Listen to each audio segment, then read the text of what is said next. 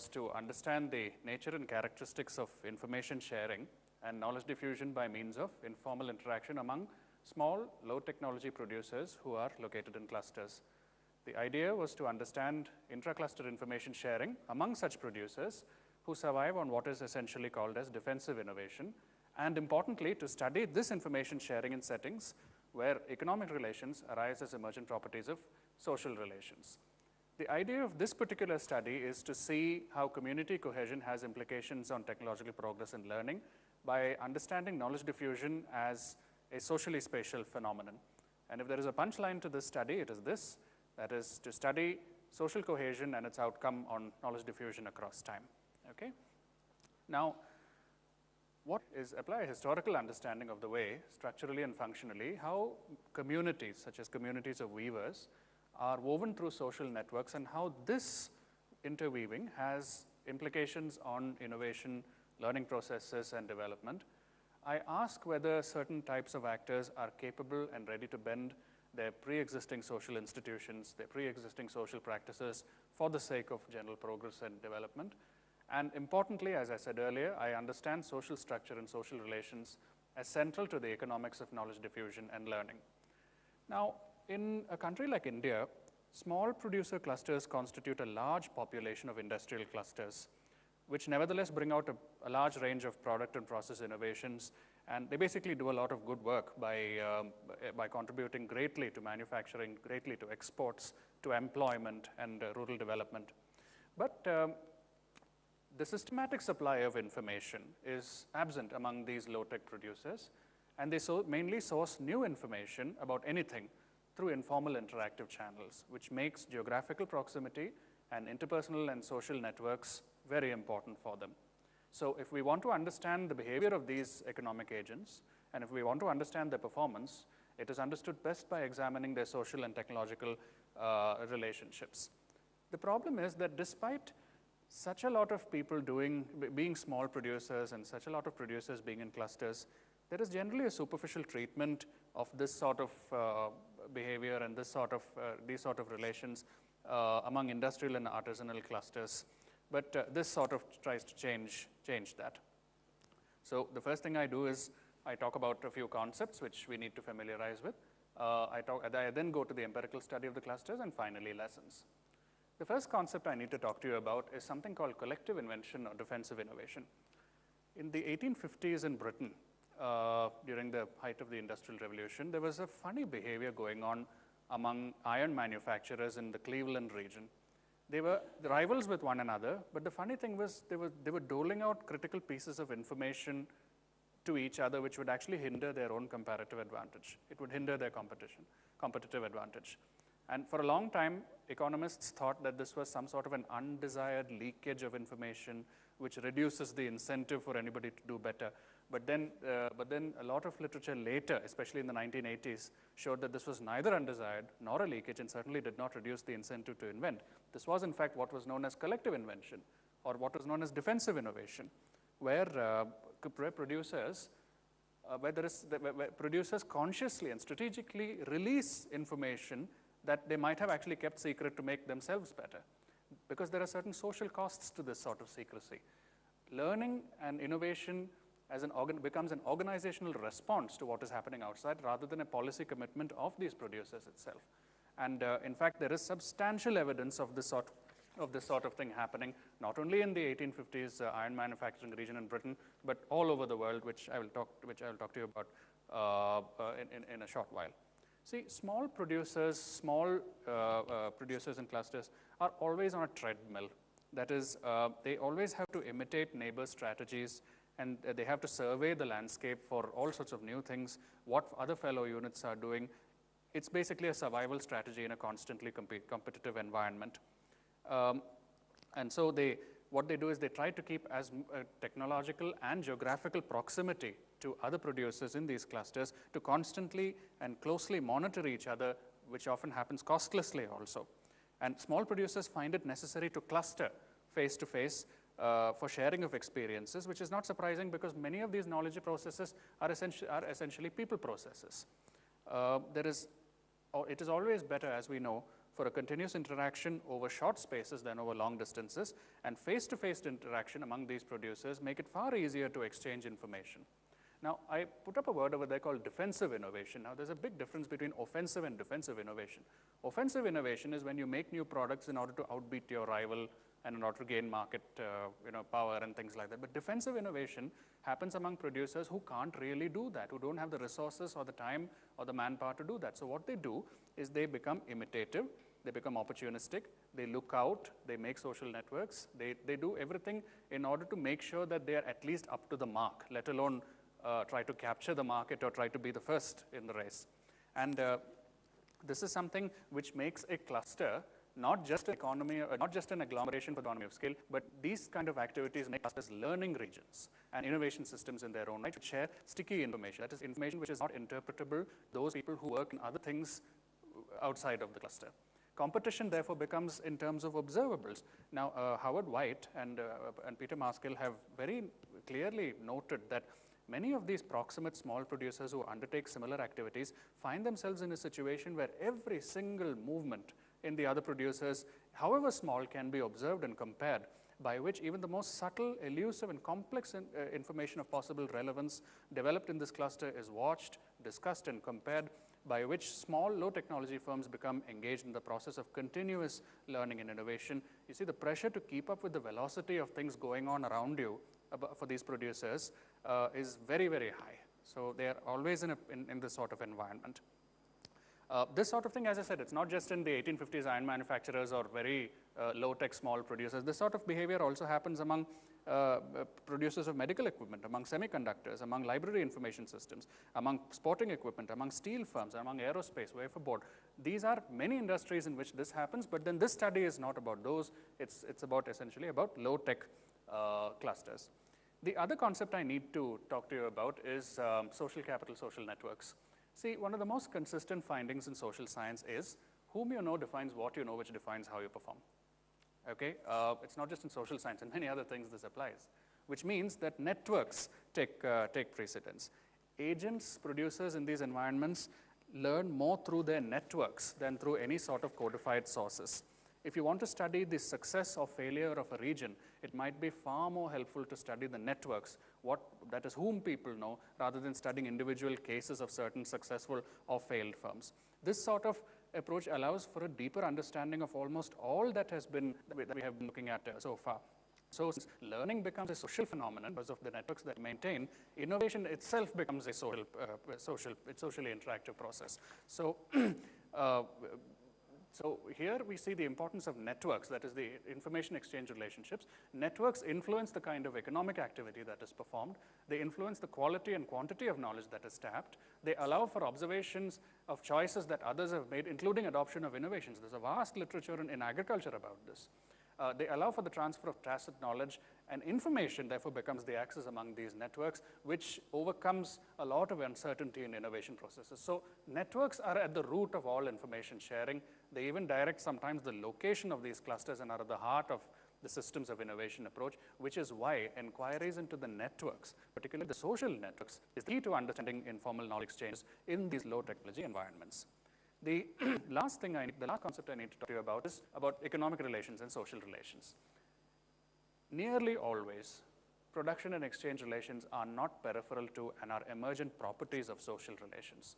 I don't need to talk too much about social capital, since I'm sure many of you might know something about it, but it's basically about investment in social relations by which individuals gain access to all sorts of resources and they enhance expected returns. The important point is this one, that is, learning being a socially interactive process therefore makes innovation itself a social phenomenon. And remember, a network is not some snapshot at one point of time as to how people are connected. A network is a slowly solidified result of historical processes. It's a result of iterative production rules. It's a result of communication protocol. And therefore, it has a lot of implications for innovation, for learning, and for technological change, as can be seen by many of these studies. But at the same time, the literature also talks greatly about social embeddedness being as important as social capital, where the ability of an agent to learn or innovate is affected not only by one's own ability, one's own potential, but also by the nature of the social system that the individual is embedded in. So economic decision making and innovation decision making is never simply about cost benefit analysis about whether you're able to make profits and so on, but it's also about a multitude of socio-economic factors, because in these settings, small, low technology producer settings, trust, fine-grained information transfer, joint problem solving arrangements happen all the time. But at the same time, when this happens too much, when there is excessive social embeddedness, when there is excessive reliance on social capital, ties that bind people become ties that blind people. Okay, ties that bind becomes ties that blind, and therefore firms, producers, and these kind of agents have to be something like a tightrope walker. That is, they have to balance a right measure of people whom they are very close to and maintain social capital with them, and maintain a fair measure of people whom they are not so close to in order to get new information, something like a tightrope walker. Okay? Now, the very last thing I'll talk about in terms of concepts is something called homophily, which is the tendency of agents to associate disproportionately more with those who are similar to themselves in terms of many social attributes, which could be gender, which could be caste, which could be social status. In America, it could be race. In fact, that is the basis on which this concept was developed upon. It's supposed to breed easier communication between individuals because they maintain a similar vocabulary and so on. And also because knowledge diffusion, as I said, is a socially spatial phenomenon. Basically, birds of a feather flock together. Okay? So in sum, interactive learning and knowledge diffusion is the most fundamental activity in a knowledge economy, something we're all trying to move towards. Defensive innovation is often the first choice and not a last resort among producers of this sort. Clusters become knowledge systems, they become learning regions, and networks become the principal components of clusters and vehicles of learning. So since economic relations are intertwined with social relations, we must disentangle certain taken for granted notions such as proximity or spillover. These are far, far deeper processes, as we're going to see, and we have to move towards understanding the underlying dynamics of socially conditioned informal interactive behavior to ultimately understand how clusters are woven through social networks and how this has implications on innovation, learning processes, and development.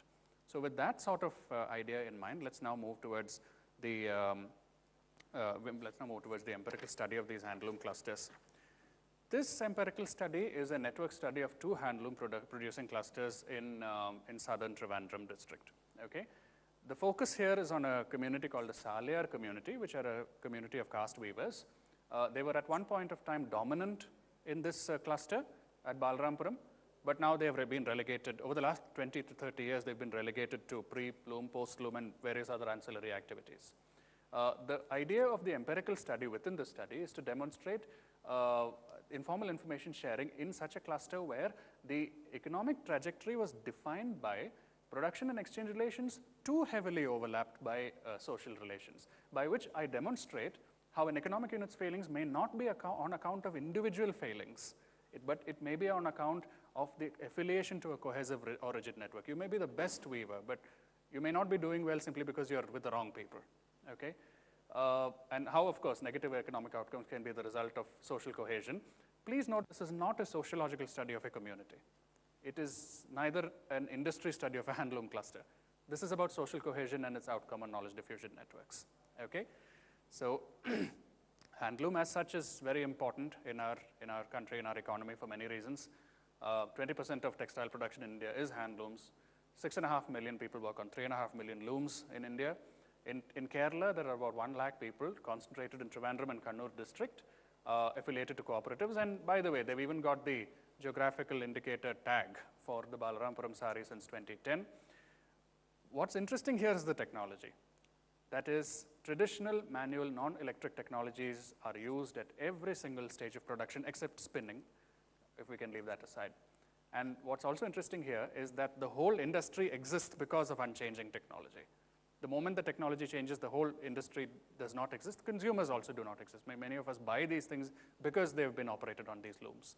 So there's an atypical condition of unchanging production technology as the very basis of the industry's existence. So if the technology is unchanging, what is it that is being passed around in these networks? What is the innovation here? What is there to be learned? It is design. Okay, design innovation. Not just nice looking designs, but also the process of putting those designs on the cloth in the most efficient way possible. These are the innovations that go around. Designs, which also means innovations in dyes, innovations in thread, innovation in many, many other things, all around this concept of design. The Saliyars were a traditional weaver caste who were invited from Nagarkoil in Tamil Nadu to Balrampuram in Trivandrum. They're very close to each other, these two towns. They were invited in the 1890s by the Maharaja of Travancore to become his weavers, the official weavers of that family. But since in the 1980s, they've declined very heavily. At one point of time, say in the 1940s or 1950s, there were 1,000 households, each one of them having a loom and being at the forefront of affairs. Today, at least in 2010, 11, 12, when I did this study, there are only 300 households and even less than 25 who are involved in handloom. So what happened? In order to study this, I took a network survey of two clusters. One is the Saliyar cluster, full of these Saliyar community people, and compared it with a far more successful and far more socially heterogeneous cluster called Payatuvela cluster. Payatuvela is one of the prominent clusters today who supply to the big corporate houses who, like Aralkada and so on, who market these products very greatly. It used to be the Saliyars at one point of time, but clusters like Payatuvela are the ones that are dominant now. The first thing I do is establish excessive social cohesion among the Saliyars, and secondly, I establish that this cohesion is not something recent. It has been relayed across generations and deterring knowledge diffusion, and which has resulted in the present day economic outcomes which you saw just now. Okay, here I spent a lot of time doing a field work using a network questionnaire. I covered all the houses in these clusters and of course used an interpreter who is sitting right here, who are engaged in any stage of handloom production. I asked questions about their networks, professional network. I asked them, who do you do business with? Who's your financier? Who are your suppliers? Who are your customers? Whom do you deal with as far as business goes? I asked them about their social networks, that is, who are the first person you would go to in a domestic emergency? Who are the first families you would go to share some bad news or good news that is there in your family? Who are the closest people to you, okay? Of course, only one person. And information network, the most important network in this study. I asked, who is the first person or first household or first agent you would think of going to find out anything new in this industry, especially design? Who is the first person? Because initially, if you ask them, who do you go to? They'll say, well, we go everywhere. We meet these people every day. But no, who is the first person you go to? That makes a lot of difference. So that's what I mapped with these. When I say that this is not successful and this is successful, I don't mean in terms of profits, revenues. Yes, I do mean it in terms of that, but I don't measure them because it's very hard to get that sort of data. So I had a slightly different indicator of success. I considered a cluster as successful when it continued in weaving, which is the state at which there's the highest value addition. Yes, they do other things, but if they do weaving as the prominent activity, the highest stage over there. If they don't discourage their younger generations to proceed in this, not encourage, but as long as they don't say it's better you don't do it. If that is not there, then they're probably successful. And of course, longer engagement in production per week, okay, which is the closest economic indicator that I've gotten to. So keeping this in mind, this is what the cluster looks like. Now, this is what the whole thing looks like. Saliyar cluster, Payatuvela cluster, who are networked with these many agents located across Balrampuram, Kerala state, Tamil Nadu, and a few across India. Note that the Saliyar cluster is mostly full of Saliyar caste people, and maybe one or two of others, but the Payatuvela cluster is very heterogeneous, okay, which should give you a sign of things that are coming. The total number of people in this network is 62. How did I find these out? Through snowball listing, okay? It's not possible to do a survey sample and things like that here because there's no point mapping people whom they're not connected to. You see whom they're connected to by asking, until you find a sort of repetition going on, until you find that sort of a limit, you go on and we found 62. Note here that among the 19 people in the Saliyar cluster and the 17 people in the Payatuvela cluster, there is a big difference in the activity that is going on. Note the number of people who are doing weaving in the Saliyar cluster, 3 out of 19. Note the number of people doing weaving in the Payatuvela cluster, 10 plus 4, 14.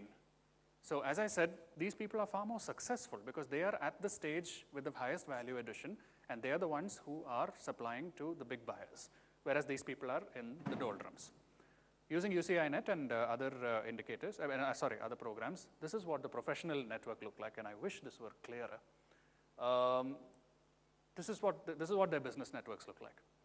Notice, full of circles over here, the Saliyar cluster, and full of all kinds of different shapes over there, the Payatawala cluster. Social heterogeneity, social homogeneity here. Notice also that these people are very connected to one another.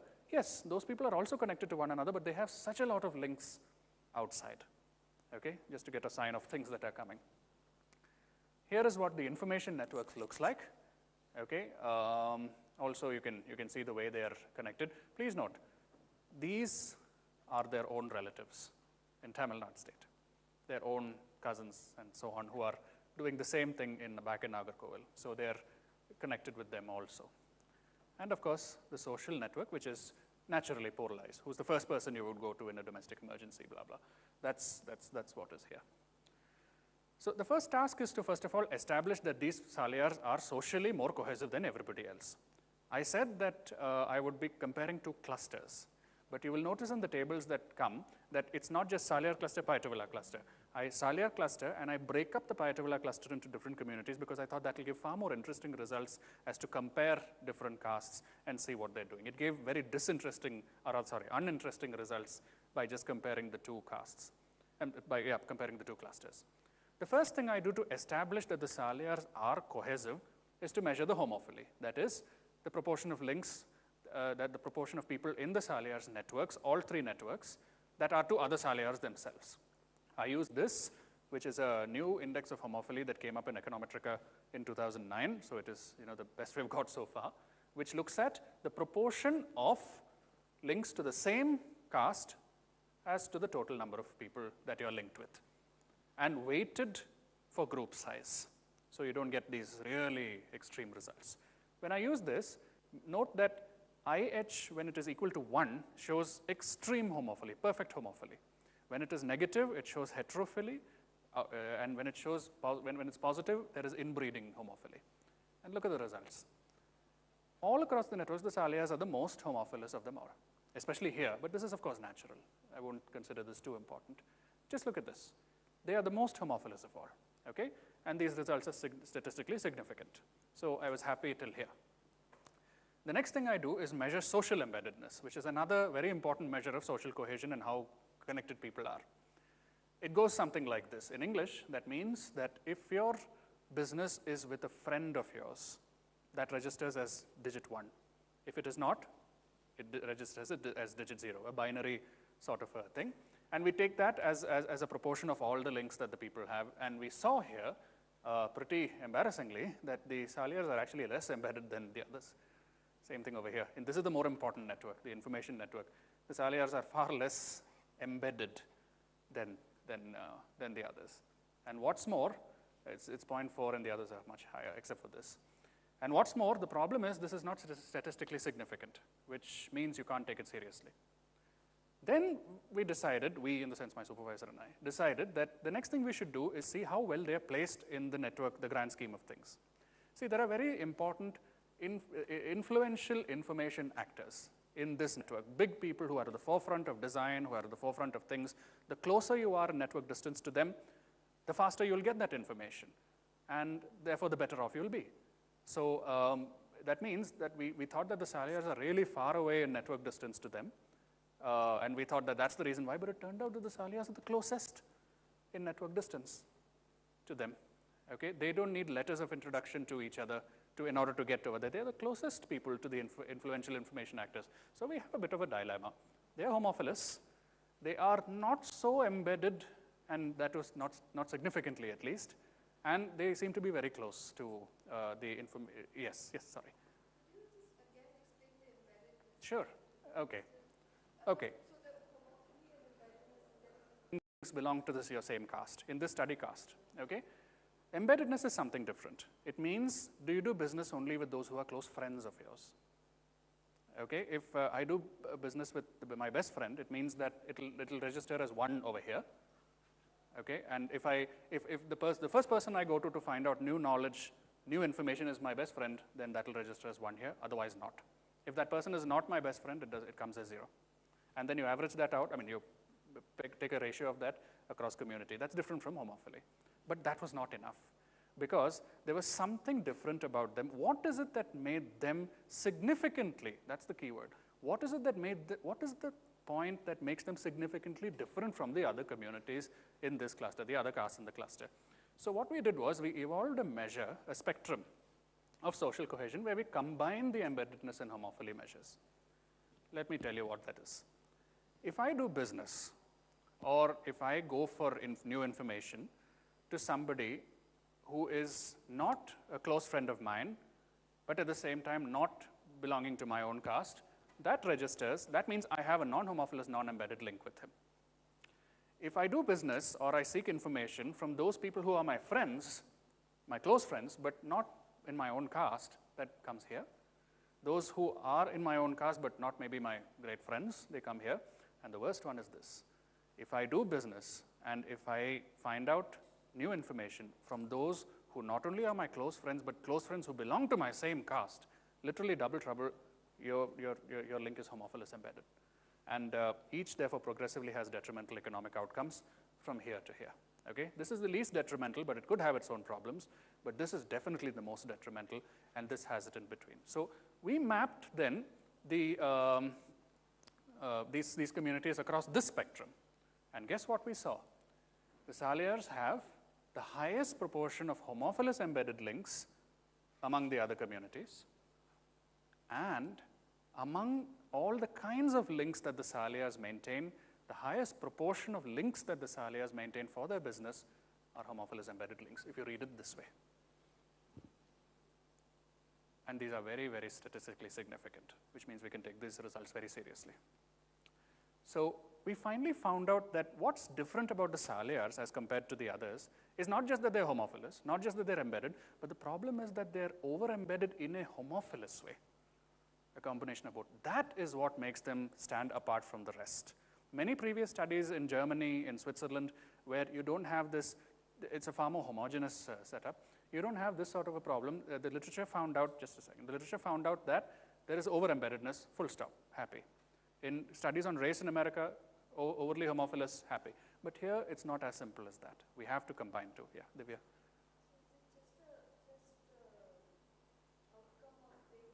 But this, remember, is just a snapshot of networks in 2009 to 2012.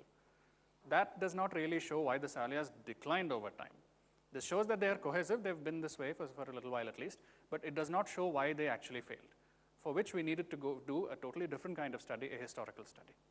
And obviously, for these people, there's only one book that has been written, and that is one of these typically overglorified books, the Padma Saliyars, sort of one of those kind of books. So it's hard to get authentic historical information about this particular caste, the Saliyars.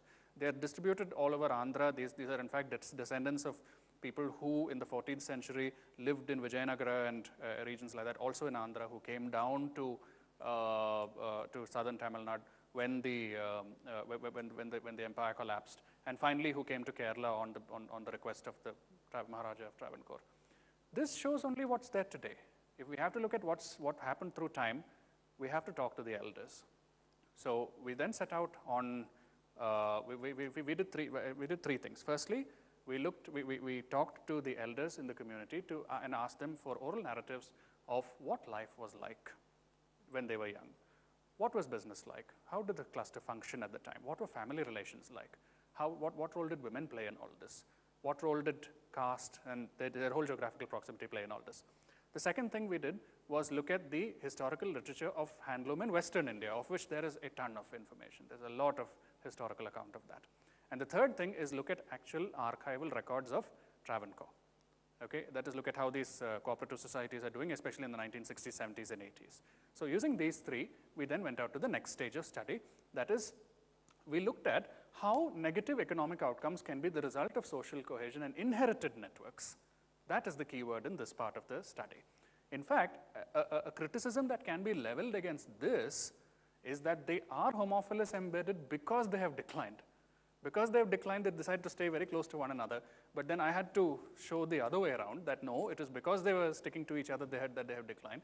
This was basically a historical attribute of the community, not something that we found out in the network studies in 2009. So we found this out. Now, coming to this, see, we established is what stimulated their rise. Okay? So we look at how social relations influence these technological relations and how these are influenced across generations. As I said before, networks are not something that just happen. They are results of a gradually solidified historical processes, communication protocols, and so on. These networks are not networks that can be tampered with, because they will have immense problems in the community itself in case you change your links with somebody. Tampering, it may involve tampering with community relations. It may involve tampering with community relations, investment in these community relations which have happened through time, forefathers and so on. And also cultural values in these sort of clusters materialize in terms of economic links which are handed down from generation to generation. The baggage of loyalty and community obligation is handed down from generation to generation in these clusters. Okay, so please understand that this study, again, is not about why the Saliyars simply left weaving. It's not about why it's not about why they moved to other professions. That, in fact, happens in our profession also. You know, people move out for greener pastures. This is not about that. This is about the cause of their decline in this cluster, the root of which is community cohesion. So the first thing we do is look at what happened in Western India, because that was the hotbed of weaving for a long period of time, and essentially weaving by caste weavers. So if we want to see a historical perspective, the first thing we have to probably do is look at what other castes, how they fared, how other castes in different parts of India in nearly the same sort of environments fared. We saw through the literature that community social capital has actually been central and congruent to technological progress. It's not been against it. The work by Tirthankar Roy and Douglas Haynes showed that the handloom industry is actually a community-based industry, and it showed that community, caste, these were the agencies through which innovations actually filtered in. They made it possible. Okay? The first adopters of innovations such as the fly shuttle loom, for instance, were Khatris, Momins, Julahas, Padmashalis, and so on and so on and so on in Western India, not quote-unquote secular weaving workshops. In fact, coming to this, before this, the nuances of these production relations, the nuances of how to do things on the loom and how to get the best possible was known only within certain castes. That is, a social bond and a distinct identity forced them to help one another because of various obligations, and at the same time keep other people out. Okay? Even when karkhanas came in the 1860s, when the British and many other industrialists established, again, as I said, quote-unquote, secular weaving workshops where you had a big shed and about 50 to 80 looms where anybody could come and work. Even these ended up being family and community based, because they were, the proprietors of these were essentially very wealthy caste weavers who ultimately employed their own caste people to work. Now, all this while, I'm not saying that that caste is a good thing. Of course, it may not be a good thing, but this is essentially what happened. And it is because of these sort of strong relations with one another that innovations and technological progress actually was made favorable, because these innovations, as I said right in the beginning, need a lot of informal information sharing, which is possible when you speak a common vocabulary, when you have a common set of norms, which again comes to caste. Okay? The workshop community coexistence even laid the path to the adoption of the most significant innovation in handloom, the fly shuttle loom, that one, which we see all the time, that came in through caste weavers. Even until, why the 1860s? Even until the 1960s, a planning commission report showed that the principal establishment of the handloom industry in India was still the hereditary weaver, and the principal workers were still caste-based weaver families. Therefore, it should be the case that community social capital should have helped these Saliyars continue, as they have helped all the others continue in Western India. This didn't happen for the Saliyars. So, is there a problem in Kerala? Is the Kerala weaving industry so problematic that they have to leave? Is there something intrinsic to that? No, not at all. In fact, if you get, now this is a slight, there is a problem in this part of the study because I can't get historical information for this, but just looking at taking a cursory look, over the last 15 years, believe it or not, things have actually improved in the handloom industry. Okay, looking at the handloom census of India, and on a minor way, the annual report, especially the handloom census of India, showed that, for example, the share of idle handlooms came down, the share of full-time weavers went up, the man days per weaver went up on India on an average. And yes, and the weaver households as a percentage of total households in Kerala is as good as in the rest of India. It's not that people are just leaving weaving in Kerala. Then, full-time weavers in Kerala as a percentage of all weavers are much more than in the rest of India. Yes? All the general decline in handloom in India, which we all know about even if we don't look at the data. But what I'm trying to show here is Kerala probably may be even better than the rest of India in certain aspects in weaving. So the Saliyars need not make an exit en masse. Okay, look at the weavers, for example. Look at allied workers. Look at the days worked per year. In Kerala, in 2019, it was 61.9% had 200 to 300 days of work a year. This was not the case in the rest of India.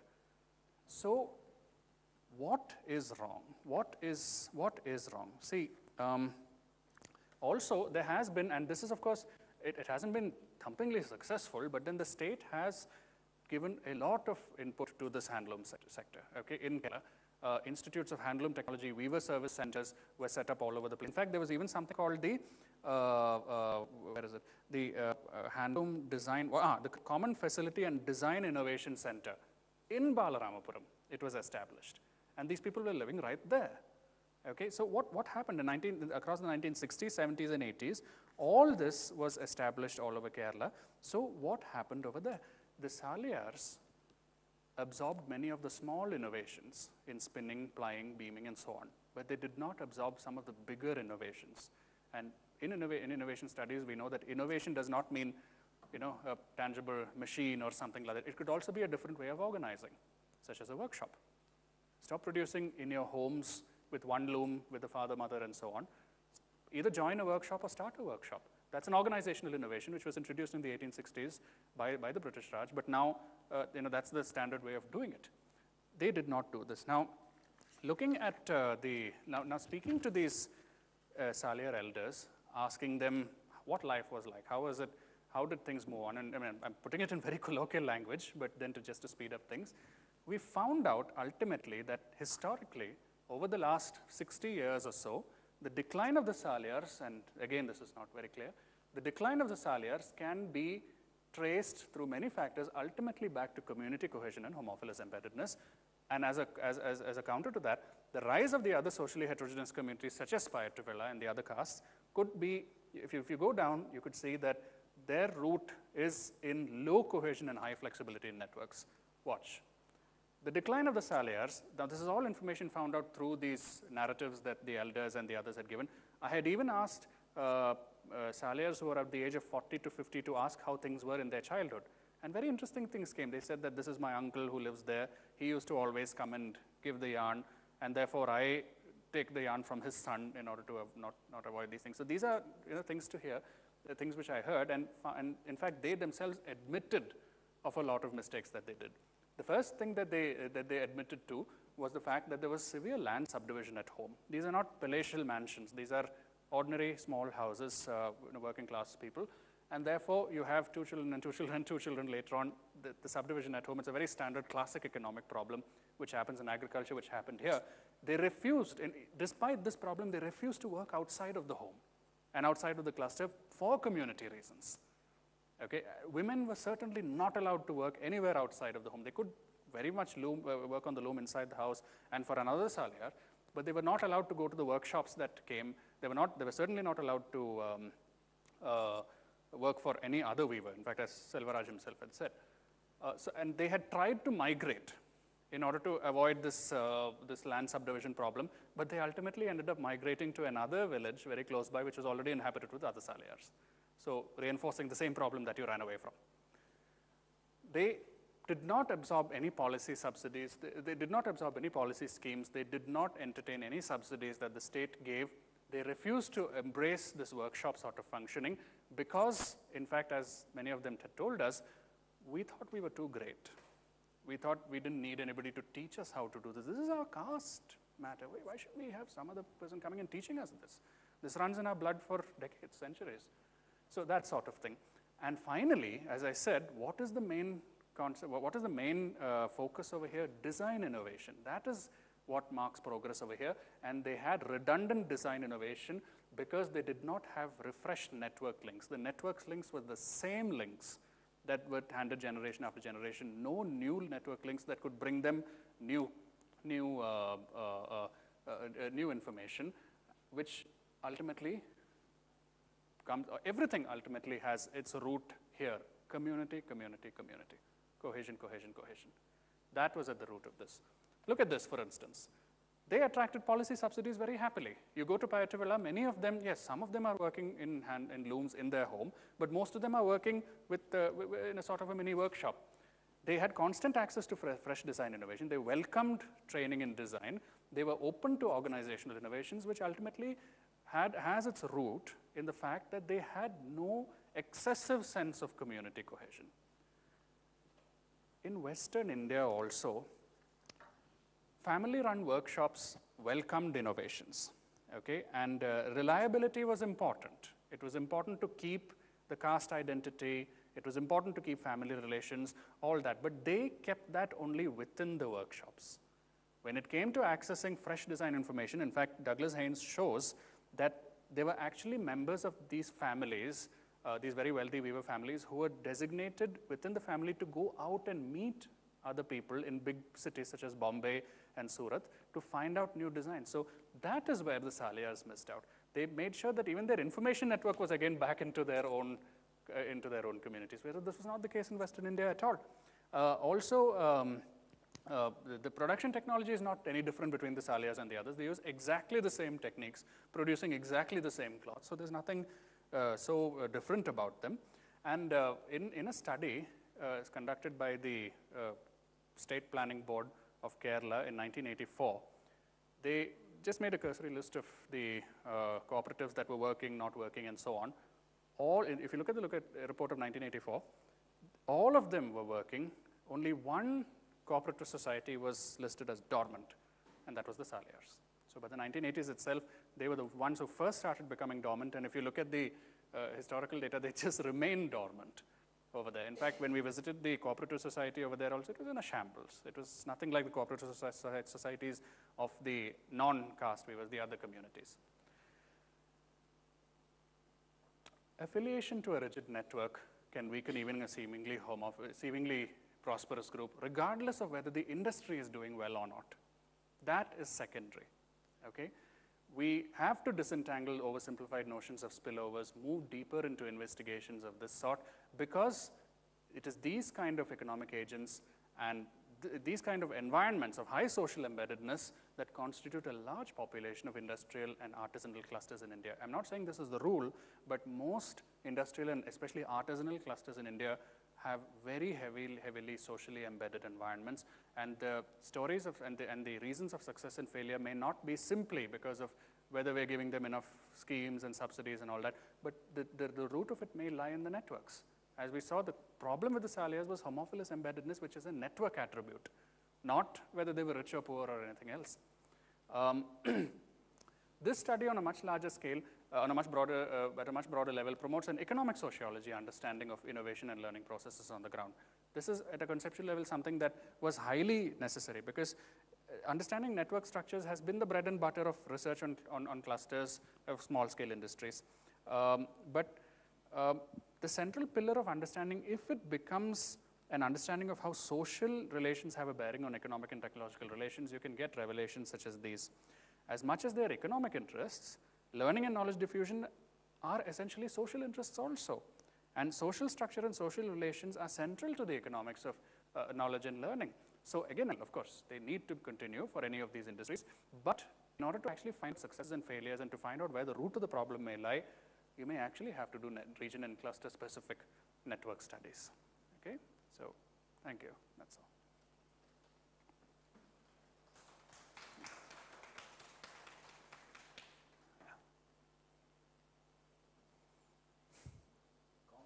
Questions, so a little connected. So there's pretty good empirical evidence that homophily and social embeddedness has detrimental economic outcomes. Do you find any intuitional reason for this though? Because I mean, I can't immediately think of why is it particularly true, because you'd think that stronger networks would help. But just intuitionally. The other I mean, connected question I have is, so in India and generally in the informal sector, which have low productivity based communities, you generally find close-knit communities working together. And one of the reasons is because there is not so much faith in I mean, legal contracts in India, and so I mean, social capitalists seem as an important basis of trust and working. In that case, is this something that you would expect to find in periods of times in other sectors in India also? Absolutely. There's a vast and very rich family of literature on weak links, strong links, and how one must balance between them.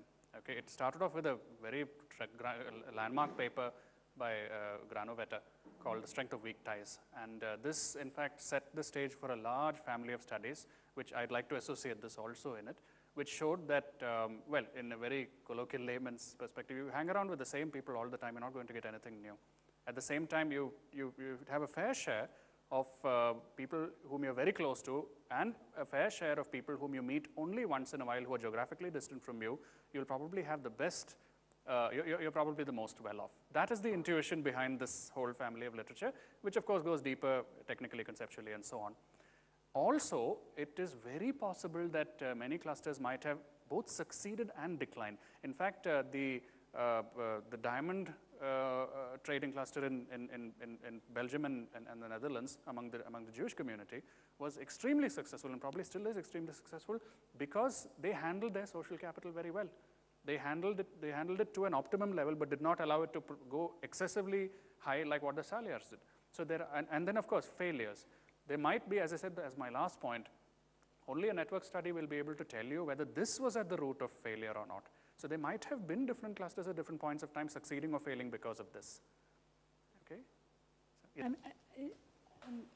This may seem like a naive question, but this whole notion of failure and success is a little problematic for me, because if you look at the idea that this particular cohesive community functioned perfectly fine up to a certain point, are we sort of looking at it from external forces that have come to be, which meant that they had to adopt certain traits to be successful? And it seems to me that that is being demanded of them, whether they want it or not. And that seems a bit unfair. Okay. But I don't know how to resolve this question. There's a feeling of, to put it very crudely, as though globalization as sort of forces of whatever kind have taken over the functioning of this community in the way that they did. Yes, and there's also a vast literature on something called ethnic enclaves.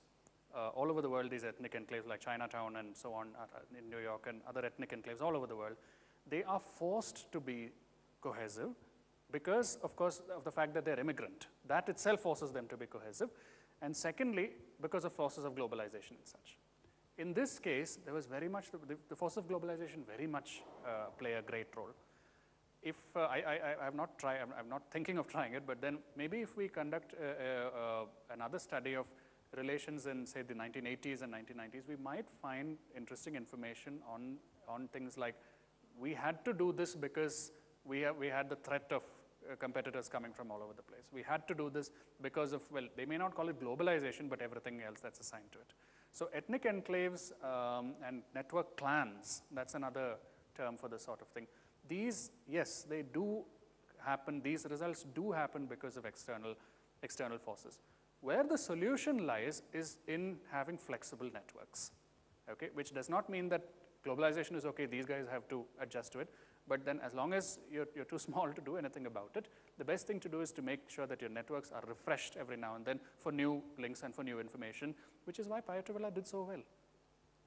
In fact, when we visited Payatuvilla, they were not any richer or poorer than the Saliyars. They also, a small village in southern Kerala, which also did this weaving, but they were extremely successful because they keep changing their links as a response to globalizing forces and things like that. They know exactly which button to press when a certain tide of something comes in, So that's very, very valid, yes.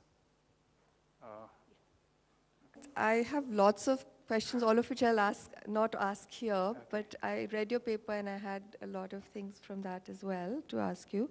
But here, just to take up the questions I've already asked, so one thing that puzzles, so one thing is maybe it's because they were dominant and that so how do you know that it has to do with networks as opposed to a sort of complacency that comes with being dominant, which one may see in other kinds of situations as well, say between states, for instance, right? This sort of sense that, well, we've always done well, our designs have always been in demand, so we don't have anything to gain, whereas those clusters that had not been doing well, or those weavers, have more to gain from going out and searching, right? And taking whatever new input is available. So that it's more about that, you know, that sense that, well, we are doing well, so why do we need to? And does not have to do so much with the question of embeddedness or homophily. About the buyers, and so for instance, you mentioned Karalkada, or, you know, so if there is new demand or new designs, I mean, isn't there any, you said that they were selling to those people. At that level, don't they get new kinds of, don't they get a sense? And is it going counter to all the kind of demand and supply stuff that you economists do? I mean, isn't there any, what's the word from, no indication from that, or no, that maybe their demands need to, their designs need to change? So how come they didn't pick up those kinds of, what's the word? There's a word for it, right? Those kinds of indicators or market things, signals is the word, those kinds of signals. So questions. And also third question, which is, how did you arrive at this, I mean, what gave you the sense, or how did you come to this question? And how did you think that, you know, just give me some sense of what led you into this, because what do you think that the Saliyars were an interesting case, or was a different story from the others? So initially, how did you kind of work your way towards this question? Okay. Well, first of all, which has resulted in this? But the complacency lied in the fact that they were too reassured with their own network links, which were homophilous and embedded. Now, suppose their links were, like I showed the spectrum of cohesion, suppose those links were in a not so dangerous spectrum, maybe it's okay to be reassured by your own links, and therefore you can be complacent about finding new people and doing things like that. But over here, they could not, they should have not been so complacent. They couldn't afford to be complacent because their networks of this are of this type. So I could put it at two levels. One is, one could ask oneself, if I'm a small producer, what are my kind of links? Are my links mostly heterogeneous links, or are my links homophilous embedded links? If they're homophilous embedded links, then I jolly well not be complacent. I have to do extra work in order to get fresh links. So complacency does relate directly to networks, and therefore networks have direct connections, and the kind of networks have direct connections with what. So if I could just draw a thread between all the points you had made, yes, there is very much a relation between them. Complacency, networks, and finally social cohesion. The other thing of how did I come to this? As I said, this is actually part 3 of a larger research doctoral study that I did. The first part was a simulation model, which showed an ideal world cluster and how they would work, whether people of different castes would allow cross-caste sharing of information and things like that. So it was a very ideal world thing. The next thing I did was find a cluster where social cohesion was a very good thing. And that is what led them to adopt an innovation itself, which changed the whole industry, and that was the coir industry. Okay, the social cohesion within these tiny little units of coir making, these tiny little coir making clusters in Halappi and places like that in central Kerala, it was in fact the very fact that they were cohesive that allowed them to adopt this easily, because once the machine was plopped onto them, the only way they could do it well was to ask one another, how best do I do this? My strap broke yesterday. How do I do this in this way? How do you did that better yesterday? Can you teach me?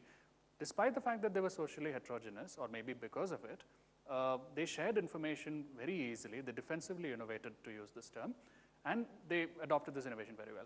But that was boring, because that was a neat linear story that community cohesion, nice thing, technology adoption, over. I had to then find out a contrasting case. And in fact, we knew about this Saliyar community because one thing, we stayed very close to Trivandrum, so we had some fair knowledge about these people.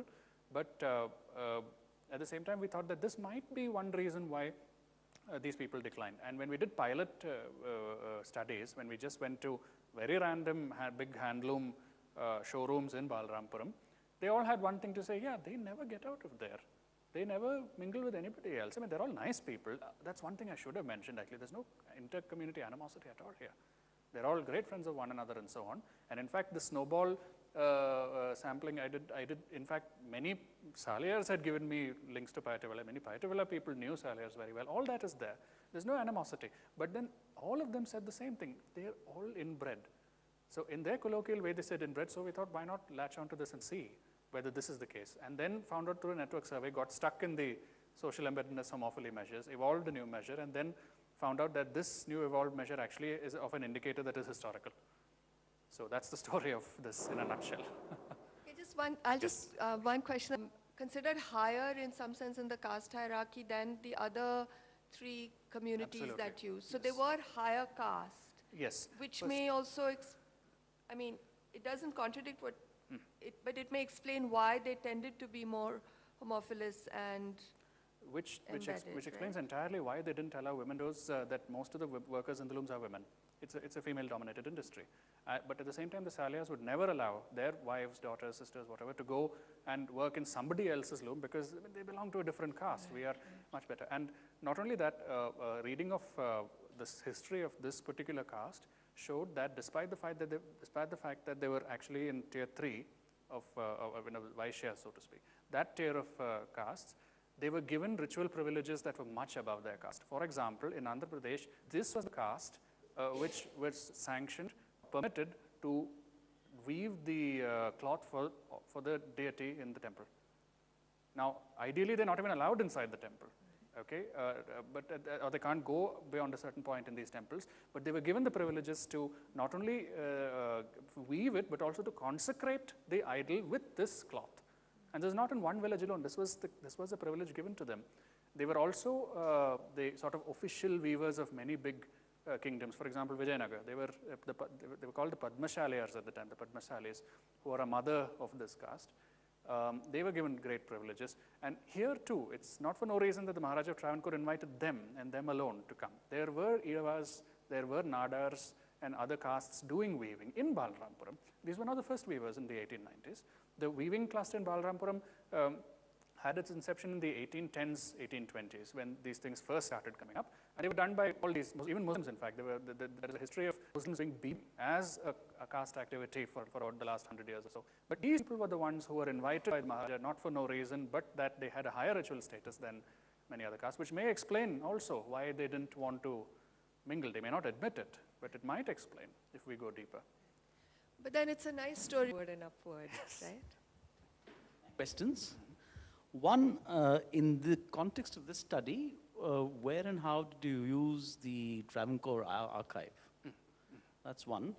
And secondly, if I remember, you did tell me that up to a certain point in time, the social embeddedness and homophily in this caste cluster actually helped them establish more and more business. So then, for a historian, the logical question would be that can we identify a time period when the decline markedly sets in? And how do we relate the whole study to that period of decline? What causes it at that point of time? And what causes them to acquire and expand business in the initial stages? I suppose right up to 60s or 70s, that would be happening. Yes. Well, the first thing, the early government of Kerala much more. The 1950s, 60s, and especially the 70s and 80s, for which more detailed information is available. So I looked at the reports performed over the last 30 years hence. So these are the kind of records I saw. I have a list of the references, but not immediately, but they were ones I saw. The second thing was, yes, this is actually a pretty common question which is asked to most studies of this nature, where they show an up and a down of social capital studies. When does this decline set in? Is there a particular point of time? It's very hard to say. There is definitely a critical limit beyond which you should not be doing it. A critical limit not only in terms of the cohesion, but also in terms of how long you should keep the cohesion, in terms of time. So both these are aspects in which there is a certain element of a critical point, beyond which the graph starts going down. In fact, I mean, very coincidentally, during my PhD defense, it was an econometrician who asked me that, can we make a model of this? We can then find out exactly where the decline happened. And that is, I mean, it was more of a joke than anything else. But then, yes, these questions are questions that keep recurring, and I'm afraid the answer is still not found. That is, where can we draw that exact point where the decline? There is a certain point of time in which good becomes too much. There is, every single community has this, but as to where to locate it is hard. Yeah, but in this particular case, we can locate it in about the 1940s and 50s, because it was at that time that the social capital which they started off developing in the 1890s matured to the highest, because there was also a critical level of population in this cluster. When they came in the 1890s, there were actually 5 families that came. In fact, the word for that, the name of that street also has got to do with 5 families from 5 different subcastes of the Saliyars who had come over there. Okay, so just these 5 families, but then they of course had progeny and so on and married and all that, so which increased the population, which then allowed them to build on their social capital to a beneficial level till about the 1950s/60s. It's only in the 70s that this started going a little too far. So in this case, I would put it as 50s, 60s, and finally the early 70s that were the last of the good times. Yeah. Late 60s and 70s in some detail. In the historical part, that is in the last, that big diagram that I had shown. Yeah. It's not there in the paper because the paper is a much distilled version of it, but I do talk about in the bigger study, I do talk about how relations were at the time and how this we know everything mentality was there right from that time also. So this is the kind of mentality that was there even in the 1950s, 60s, and so on. I think yes, it does. It very much does. And how about the Payattivilla people? I'm looking for a differentiator. There is in fact, no, even if they marry within the 5 families moved over. Yeah. So unless they, went back to their roots and, the brides came in from Andhra or this thing. the family. Is that a bigger pool? That was a bigger pool. gene yes, pool, so yes, that was a bigger pool. And in fact, the network diagrams show that many of them are still very strongly connected to the Tamil Nadu nodes. How well are the Nagarkoil guys doing? That is something I didn't find out. It is a failing of the study, yes. We should have done a little more. Would be of interest in this context? It would be, definitely, because it would show, it would in fact, like what we talked just earlier about an ethnic enclave. They are not an ethnic enclave over there. They are very well in their culture, so they may not need to be so thickly, or rather in brackets, insecurely connected to one another too thickly. So that would have been a nice thing, but then, well, I guess the whole thing ran out of steam by then. Gather the people who shifted from Nagarkoil, the fact that they were asked to come from Nagarkoil to Trivandrum suggests that they were doing very well. And so, what was the quality? Were you able to find out that the homophilous and the embeddedness quality persisted there then? And are these traits acquired because of various forces? As a follow-up, what will happen if these traits of embeddedness and homophilic change now? Will they prosper? That is the degree of success that you showed. Okay. One is, in fact, we just spoke, the embeddedness and homophily would have definitely been there, because even in Western India, among the big caste weavers over there, they were very much there. But they were there up to a beneficial. They knew how to treat it. They knew not to treat it beyond a certain level. So I'm assuming that in the 1890s to about the 1940s, this would have worked very much to the favor, because they knew exactly to what amount they used it. Now, and coming to the second part of the same question, yes, they might have been reinforced like what we spoke, because they were an ethnic enclave. Okay, and that's where we said maybe if we go to Nagarkoil and see, maybe they were not that as cohesive as this. And what was the second question? I'm sorry. The third question is, if we are able to probably mentioned that they are at a point of no return. They reached a point of no return in the late 90s, early 2000s, because most of the youngsters migrated out. Okay, most of the people staying there, you find barely any youngsters below the age of 40 or so in that cluster, one. And secondly, those who are in the cluster already have professional jobs and so on in Trivandrum, and they're doing actually very well as doctors, engineers, lawyers, and so on. They very proudly show, pictures of somebody getting a President's Medal or something like that, isn't it? Of this. So they say they're already very happy. Let them do whatever they want. In any case, we don't want them to do this anymore. So that critical level has gone out. Secondly, they mostly used to get their finance from people within the community or from Nagarkoil. They refused finance from state bodies, which was one of the points, that subsidies and all that were refused. So now that point is crossed where they don't have enough capital investment capital to start this and continue this in order to overcome using fresh network links. And the third thing which still remains is no space at home. In fact, in each and every one of the homes that we went to look at, it was cramped quite a bit. You sat down with three of us sat down and talked, and right around there were spinning machines and this and that lying all over the place, bales of yarn, all that. So it's already overcrowded in those little houses side by side. So a point of no return has been crossed. So it's not possible for them to take fresh network links and see whether they can improve.